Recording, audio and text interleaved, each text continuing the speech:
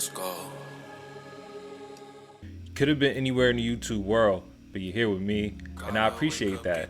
Welcome to Zay Reviews. You already know what it is. We're tapping into this week's edition of Smackdown. We are on the road to WrestleMania, and this edition is coming to us from Charlotte, North Carolina. So the night starts off with Roman Reigns and the Bloodline. They're in the middle of the ring, and Roman Reigns is addressing the fact that he made Brock Lesnar bleed all over New York the last time that they came face to face. Since their confrontation at the Garden, they haven't seen each other since, so Roman Reigns is supposed to come face to face with Brock later on this evening. However, Paul Heyman has the drop on Brock Lesnar. He gets a text saying that Brock is held up in Saskatchewan and that his plane never took off. So once Roman got that news, Roman proceeded to talk mad junk about Brock, like, hey, if he would have showed up anyway, I just would have beat him up again anyway. However, moments later, Paul Heyman would get a follow-up text saying that he ended up taking off and he's actually on his way. Roman goes, oh, okay, well, since he's on his way here, hey, look, Paul, you wrap it up. I know what I'm going to do. I'm about to go dip off. So Roman runs out the ring. The Usos run out the ring. Paul Heyman's like, yo, wait for me. And they all just straight up book. They just all just start running for backstage. So the Bloodline, they get to the backstage area. They hop in this truck, and before they can all get in, Roman stares off in the distance and he realizes that he sees Brock Lesnar coming towards him. The camera pans over and you see a freaking forklift hurling towards Roman Reigns and Bloodline and the Jeep that they're in. Then the forklift proceeds to flip the Jeep over. Of course, the Bloodline to get out in time, but Brock Lesnar was just channeling his inner Stone Cold Steve Austin. It was just crazy. What a crazy way to start off SmackDown. The Bloodline attempt to jump into another Jeep, but then Brock Lesnar would try to run up on him, and then he would grab the door, and then the door would swing off the hinges. Your boy Brock Lesnar taking the door off once again, yo. Never put a door in front of Brock. He will break it. He will break through those doors. No questions asked. So then Brock heads to the ring with the same door that he ripped off. And he's in the middle of the ring. He says, hey, look, Roman, I'm going to do more than blow the doors off of WrestleMania. I am coming for blood, Roman. So it's still personal. Brock said even last week that it is deeper than the title unification. But let's see what's going to happen leading up to WrestleMania, man. We're only a couple weeks away from the quote-unquote biggest WrestleMania match of all time. Next, we get a tag team match between the team of Shinsuke Nakamura and Rick Boogs taking on the Lethal Lovers, Los Lotharios. I don't know. That team has a lot of L's in it, and this was just another L on a column for these guys. Shinsuke Nakamura and Rick Boogs, they win this match clean. Rick Boogs has this new special called the Boogs Cruise, which is pretty much a pump handle slam. You know, pretty much channeling his inner Test, paying homage to Test with that special move. But they went clean, and now they are on the path to the SmackDown Tag Team Championships. Rick Boogs, Shinsuke Nakamura, they're supposed to have a tag team match at WrestleMania against the Usos. Next, we get a 6-man tag as the team of Drew McIntyre along with the Viking Raiders take on the team of Happy Corbin, Jinder Mahal, and the homie Shanky. Drew McIntyre and Happy Corbin are supposed to go one-on-one at WrestleMania, and Happy Corbin, being the cowardly heel that he is, avoiding Drew McIntyre at all costs in this match. Drew McIntyre pretty much dominated Jinder Mahal and Shanky all by himself, cleaning up, winning the match with the Claymore kick. 1, 2, 3. The team of Drew McIntyre and the Viking Raiders, they win this one clean. Next, we have a tag team match. Rhea Ripley and Liv Morgan coming over from Monday Night Raw to face the team of Sasha Banks and Naomi. Over on ringside, we have the women's tag team champions Carmella and Zelina Vega. This time, since we're on SmackDown, Carmella does not have the distraction of Corey Graves, so they just chilling ringside and actually paying attention to the match. And this match was very good. All the ladies putting on a wonderful showcase in this match, even though it had a weird sequence at the end where Naomi and Sasha Banks attempted to hit Rhea Ripley with a superplex off the top rope, and Liv would come over and do like a double power bomb to Sasha Banks and Naomi. However, Rhea Ripley would take the bunt of that move because she took the superplex. I don't know, it was just an odd spot. But does not matter because the match would come down to a non-finish as Natalya and Shayna Baszler run down to the ring, punch on everybody, beat everybody up, and it came to much of the delight of the women's tag team champions. Zelina and Carmella, they enter the ring, they raise up their belts, and they give a little smile and a grin of satisfaction to Natalya and Shayna Baszler. But Natalya and Shayna's like, oh, chill, don't get the wrong idea. We want y'all to know that we want a shot at those belts too.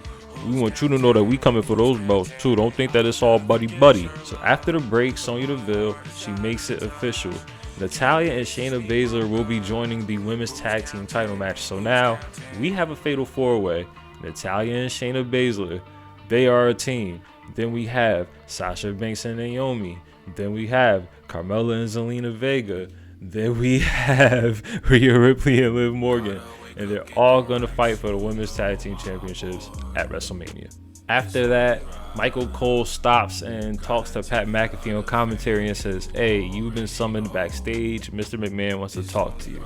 So Pat McAfee gets up, heads backstage. We take another break, and once we come back, Pat McAfee comes down to the ring. And he goes, listen, man, I've been told that I have to apologize for my actions towards Austin Theory. As he's cutting this promo, Austin Theory comes down.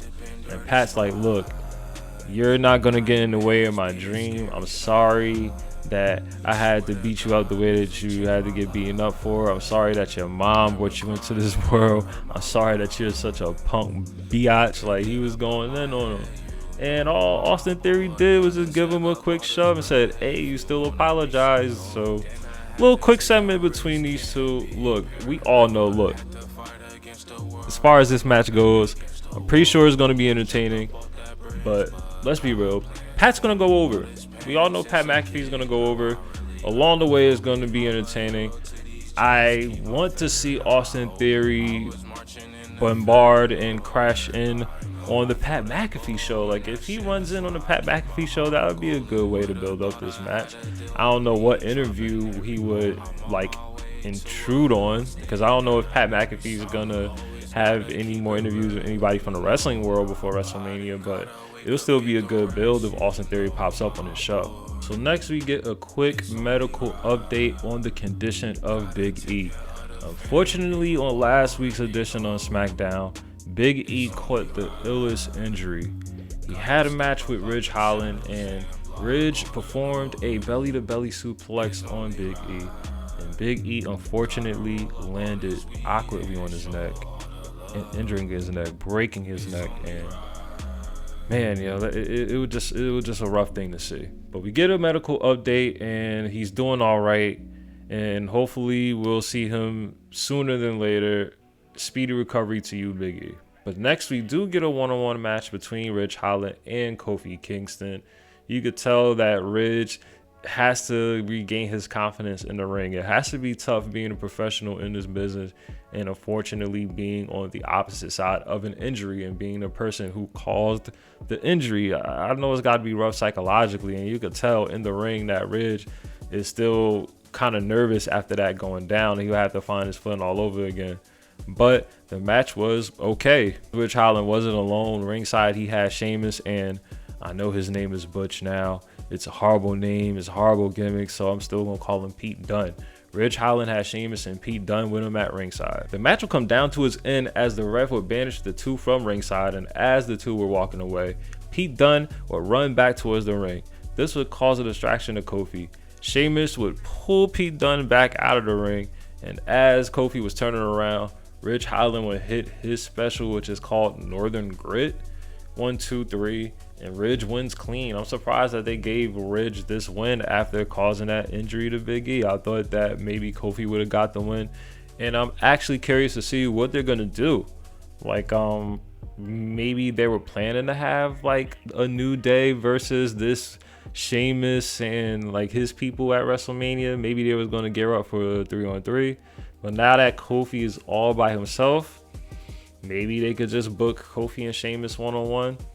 Let's see what they do with this group and this story going into WrestleMania. And now we get the final segment of the night. We are joined by Charlotte Flair, SmackDown Women's Champion. We are in her hometown of Charlotte, North Carolina. Charlotte Flair was pretty much making comments on her actions from the previous week, beating up on Ronda Rousey in the parking lot, holding her in the submission, almost making her tap out, but she was saved by the production crew, by the refs. Charlotte Flair saying that no one has ever caused as much pain as she has to Ronda Rousey. Charlotte pretty much says, hey, look, I don't want to wait till WrestleMania. Why don't you just come out here to the ring right now, and I could beat you up in my hometown. And you know what? It worked. Ronda Rousey took the bait.